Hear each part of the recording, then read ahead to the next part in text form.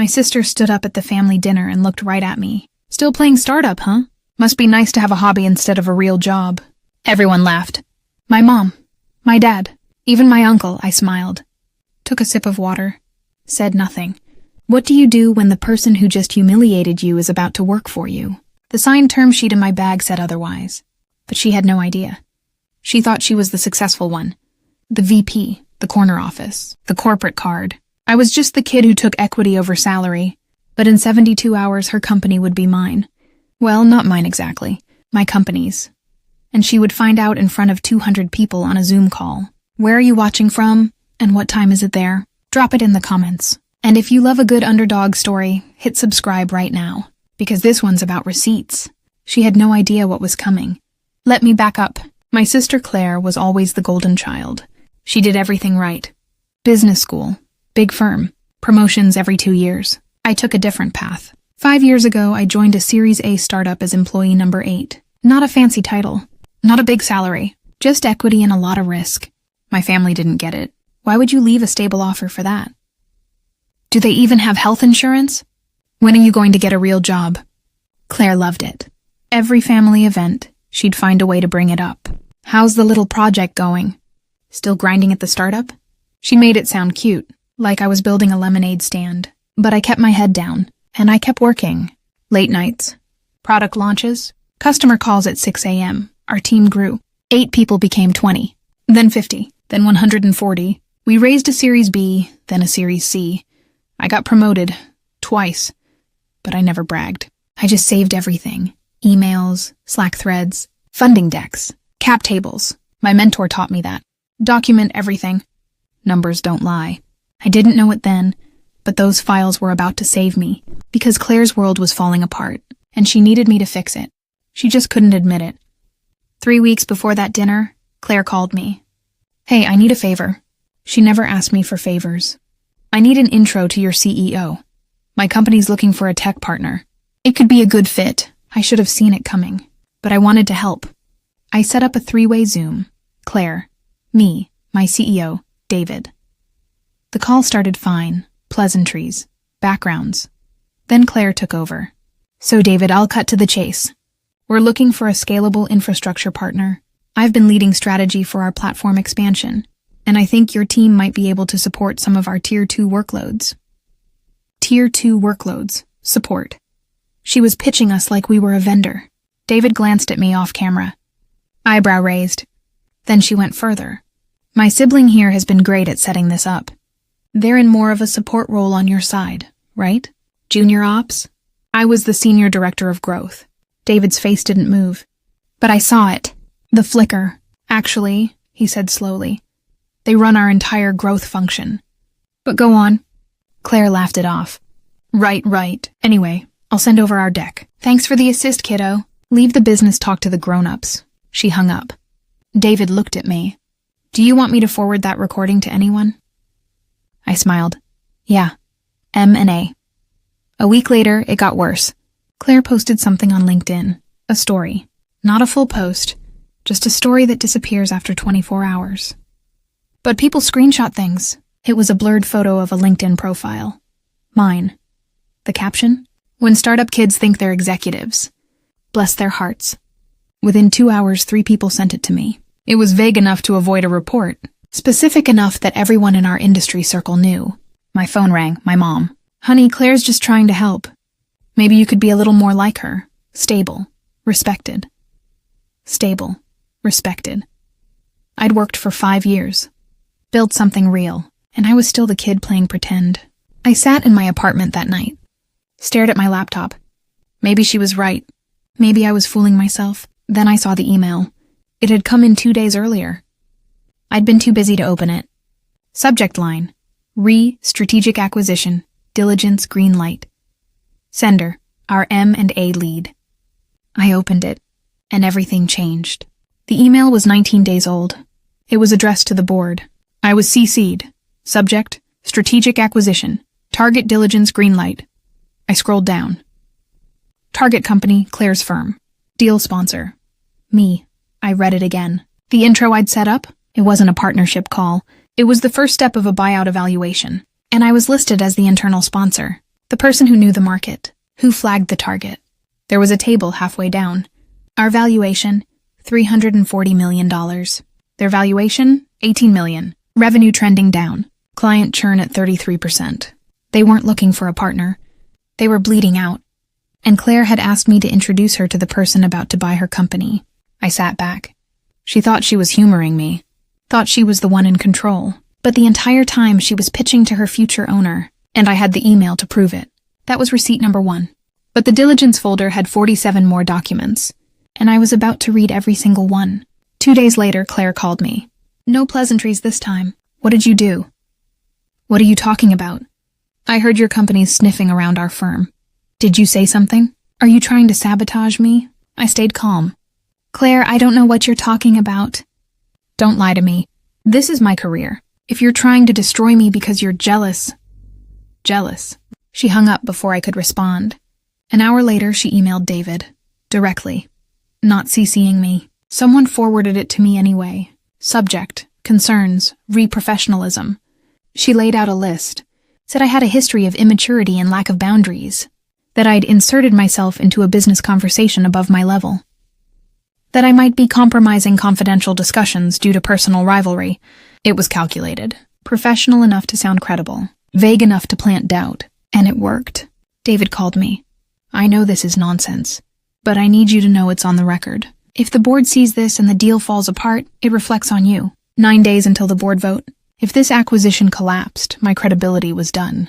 But Claire had no idea I was already in the board deck. As the recommended integration lead, I opened the full diligence summary that night. 47 documents. I read them all. Revenue down 22% year over year. Client retention 67%. Industry standard is 90. Glassdoor reviews 2.3 out of 5. One review named her by title.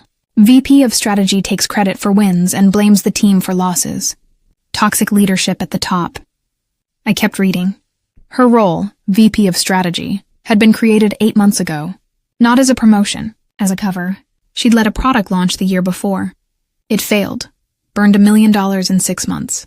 Her previous title, Senior Director, was quietly changed. Same pay, new business cards. It was a demotion disguised as a rebrand. And now her board was desperate. The acquisition wasn't a partnership. It was a rescue. They needed our cash, our infrastructure, our client base, or they'd be insolvent by Q2. Claire wasn't protecting her career. She was hiding its collapse. And she'd tried to throw me under the bus to cover it up. Now I understood, and I knew exactly what I had to do. I thought about Claire. Really thought about her. She'd built her entire identity on being the successful one, the one who did it right, the safe path, the gold star, and it was crumbling. Her company was failing. Her title was fake. Her reputation was hanging by a thread. She needed us. Needed the acquisition to go through. But she couldn't admit she needed help. Especially not from me. So she performed. Performed superiority. Performed control. Even as her world fell apart. I found one more document, an email thread between Claire and her own board. It had been accidentally included in the diligence dump. Someone forgot to redact it. Claire to her CFO. We need this deal. Whatever it takes. If they walk, we're done. She knew. She'd known the whole time. And she still mocked me at that dinner. I felt something flicker. Not quite sympathy, but understanding. She wasn't evil. She was terrified. But terror doesn't excuse humiliation. And I wasn't going to hide anymore. I sent one email to David. I'm in. Let's do this right. The board vote was in 4 days. The board met on Thursday morning. I wasn't in the room. But David called me an hour later. It's unanimous. Deals approved. All stock. 21 million. He paused. And they want you to lead integration. New title, VP of Strategic Growth. You'll oversee the combined teams. Report directly to me, VP. The same title Claire had, except mine was real. There's one more thing, David said. The org chart. Claire's current role will report to you. We're offering her a fair retention package. She can stay if she wants. But the structure is non-negotiable. I closed my eyes. When do we announce? All hands is tomorrow. 2 p.m. joint call. Both companies. She'll find out with everyone else. I didn't sleep that night. Not from nerves. From clarity. I wasn't doing this for revenge. I was doing it because I'd earned it. And because silence had cost me enough. The term sheet sat on my desk. I signed it. My name, my title, my terms. The deal closed at 9 a.m. Friday morning. By 2 p.m. the whole world would know. Including Claire, 2 p.m. Friday. The Zoom link went live. 214 people joined. I saw Claire's name in the participant list. Camera off. David started. Thanks everyone for making time on short notice. Today's a big day. He shared his screen. First slide, both company logos side by side. I'm excited to announce that as of 9 a.m. this morning, we have successfully acquired Claire's firm in an all-stock transaction valued at $21 million. I watched the chat explode, mostly confusion, some excitement. Claire's camera was still off. David clicked to the next slide. This deal was made possible by an incredible internal sponsor who knows this market better than anyone. Someone who built our growth playbook from the ground up. My heart was pounding. I want to thank them publicly. And I'm thrilled to announce their new role. Vice President of Strategic Growth.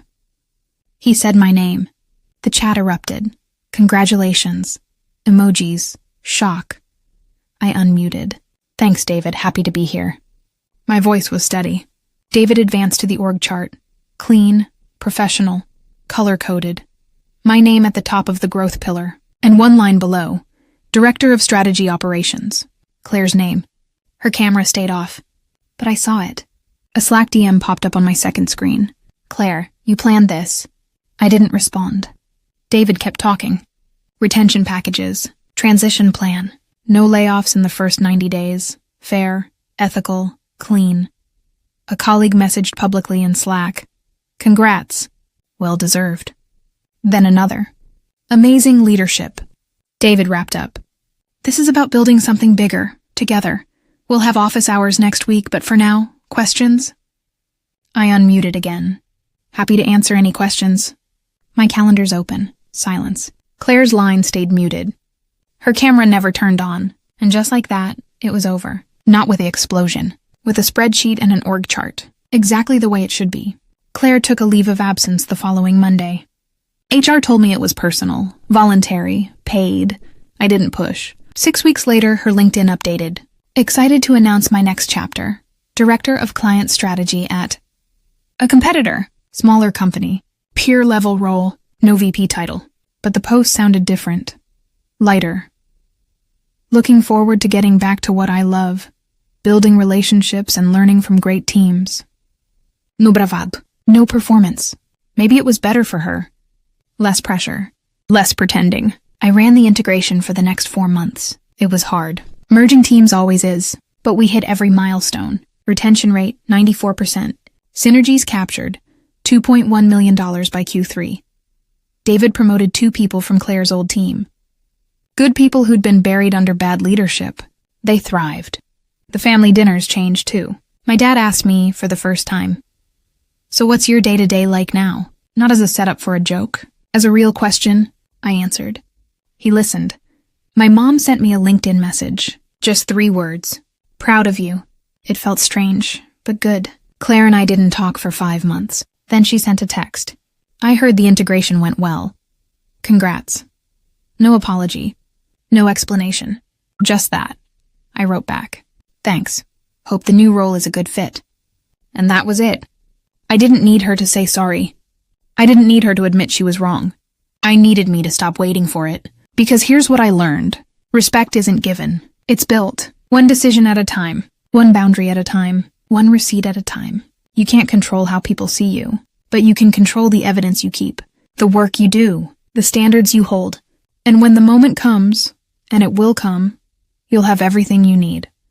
Not for revenge, for clarity. So here's my question for you. Have you ever been underestimated by family? How did you handle it? What boundary did you set? Drop your story in the comments. I read everyone. And if this resonated, subscribe. Hit the bell. We're just getting started. One last thing. This story is a fictionalized dramatization for entertainment purposes. It is not legal, financial, or professional advice. Always consult licensed professionals for your specific situation. But the lesson is real. Keep your receipts, stay calm, and never shrink to make someone else comfortable. I'll see you in the next one.